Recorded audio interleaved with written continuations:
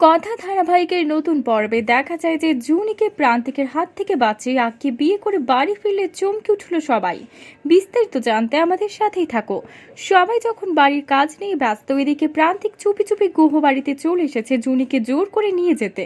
জুনিকে একা পেয়ে জুনির হাতে ঘুঙুর তুলে দিয়ে বলে, নাচো, তুমি তো এবারই লোকের কথা মতো নাচছো। তখনই চলে আসে অঙ্কিত, সেই প্রান্তিকের জামার কলার ধরে আর বলে, তুই এখানে কি করতে এসেছিস? এই বলে মেরে প্রান্তিককে বাড়ি থেকে বের করে দেয়।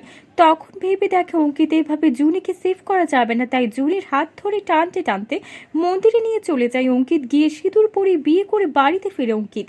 বাড়িতে ফিরে আসলে দুজনকে বর বউয়ের সাজে দেখে চমকে উঠে সবাই। আর অঙ্কিতের মা বলে, তুই এটা কি করেছিস? এত বড় একটা ভুল কাজ কি করে করলি? অঙ্কিত বলে, মা, আমি জুনির জীবন বাঁচাতে জুনিকে বিয়ে করেছি। এই কথা শুনে রেগে গিয়ে জুনিকে বাড়ি থেকে বের করে দিতে গেলে মায়ের হাত ধরল অঙ্কিত আর বলে, আজ থেকে তোমার স্ত্রী ও এই গুহ বাড়িতেই থাকবে। তো বন্ধুরা, এবার কি হতে চলেছে সবটা জানতে আমাদের সাথেই থাকো। এক্ষুনি একটা লাইক দিয়ে এবং কমেন্ট করে জানিয়ে দাও তোমাদের মতামত। ধন্যবাদ।